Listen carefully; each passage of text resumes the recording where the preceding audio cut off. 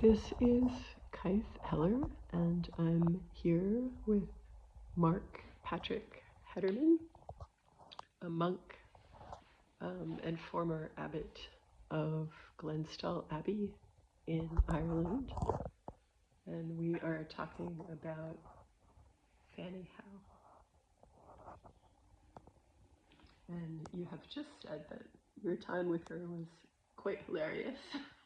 Always. I mean, it was always outrageous in many ways. I mean, for instance, Fanny Howe, this is an abbey here, Glenstal Abbey, and the first time Fanny came here, she drove in a very, very battered looking motor car, and when she arrived in the abbey, she saw a whole lot of what she considered to be very, very expensive motor cars, and she left immediately, saying that this was a total scandal, that she couldn't possibly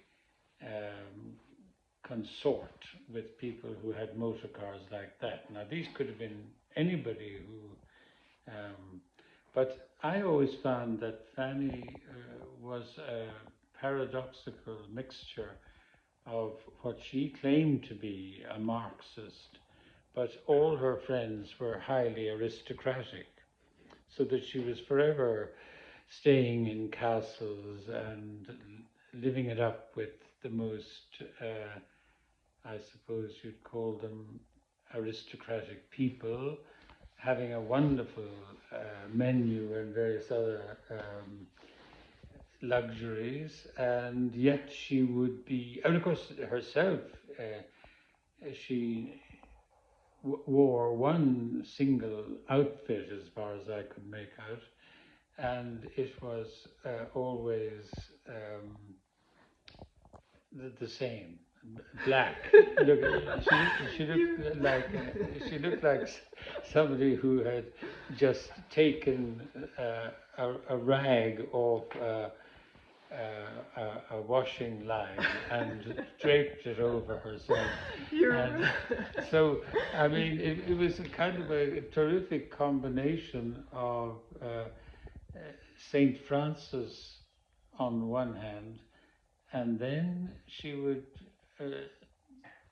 be the most exquisite taster of every luxury and every high point of sensuality. That was what was so delightful about her. But then her poetry was always extraordinarily like the barbed wire that surrounds a concentration camp. It had that kind of tension and feeling about it, and she kind of made herself suffer with every person in the world that was enduring some kind of very hideous persecution at some place, and that made her a very definite and I suppose she was Samuel Beckett's retriever, as it were, and her style owes a lot to him, I think, anyway.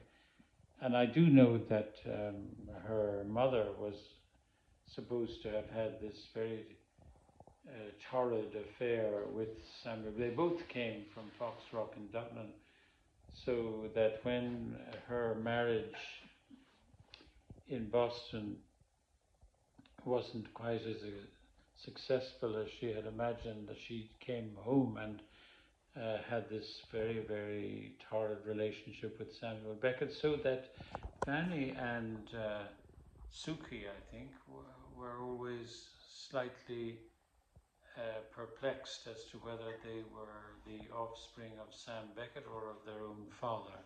And in a certain way, Fanny was definitely a spiritual daughter of Sam Beckett, and because her style had all that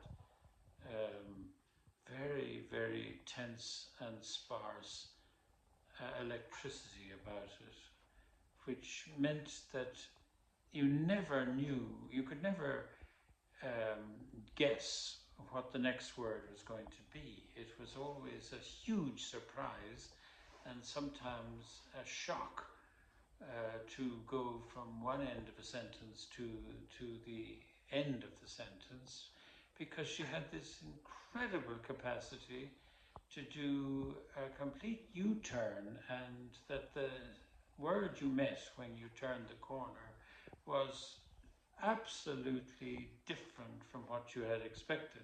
And the same was true of her in her life as well, so that whenever I was with her, whatever, I mean, we had the most amazing trips. For instance, we went from Los Angeles to Sonoma Valley.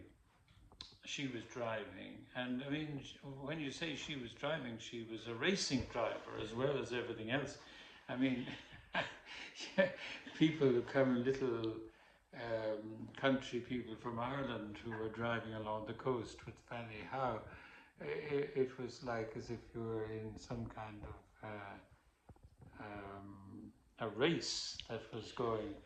So, and then what she imagined that I, being a monk, would be totally shocked by all sorts of things. And so she booked us into the most awful places on the way, almost one of these kind of hotels, a motel on the road, which was more or less like the one in Psycho, where the guy behind the counter had murdered his mother and put her up in the back.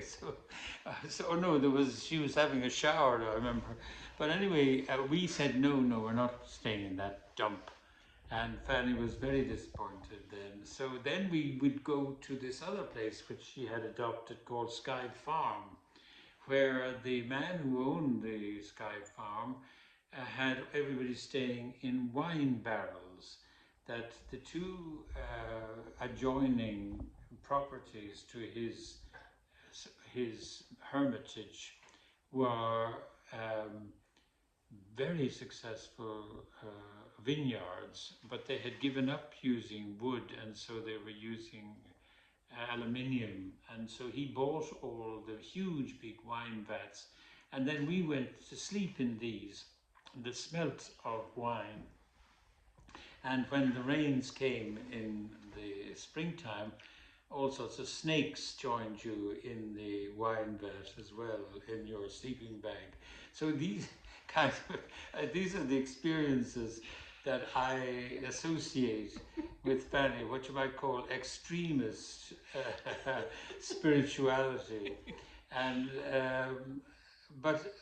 it was always very joyous and hysterical. So I can't tell you how much, but I don't miss her because she's still present. You know, she's there all the time, and making outrageous signals that I should be even more complicated than I am at the moment.